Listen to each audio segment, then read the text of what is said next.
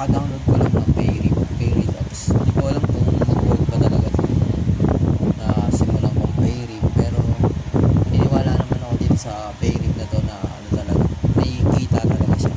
Kasi pag kada-claim mo dun sa may parang mission o i-click mo lang pag nag-proceed, nakakakuha talaga siya ng ano, parang dollars. And then meron din siyang ano, ano ba yan, survey.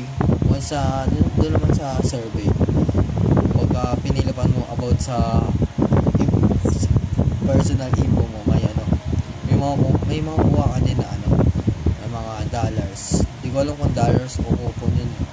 Pag kinonvert daw to, may makukuha ka daw na ano, na parang pwede mo siya i-convert to Gcash, tapos pa Bitcoin and other ano, other apps na pwede mo talaga siyang pagkakitaan. Based on my explanation, ma-update ko kayo guys pag ano, pag kumita na talaga ako dito sa Payrip na to. Kaya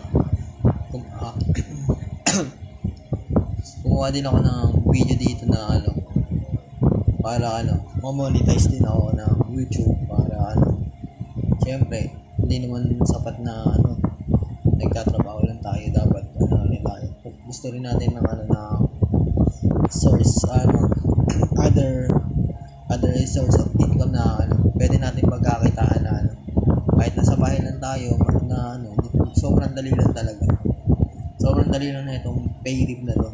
So kung mas makita ko itong Payrip na to sa ano, sa ang tawag doon, sa ads. And then yung lumabas siya sa ads, kinilig ko lang din siya. Tapos yung pag-click ko dito sa Payrip na to, yun, dumiretso ako sa parang link, and then nag-proceed ako sa ano, saan ba to? Sa Google. Tingin ko mag-work naman siguro ng Payrip na to pagka ano, tumagal-tagal. Kaya ayun, tsaga-tsaga lang din. Once na click mo yung mga mission o task doon, parang ano siya ayun guys, magpuproceed din siya. Mag-aantay ka lang din ng ano, mga ilang minutes. Once na click mo yung minutes, may ano siya, may lalabas siya na ano doon,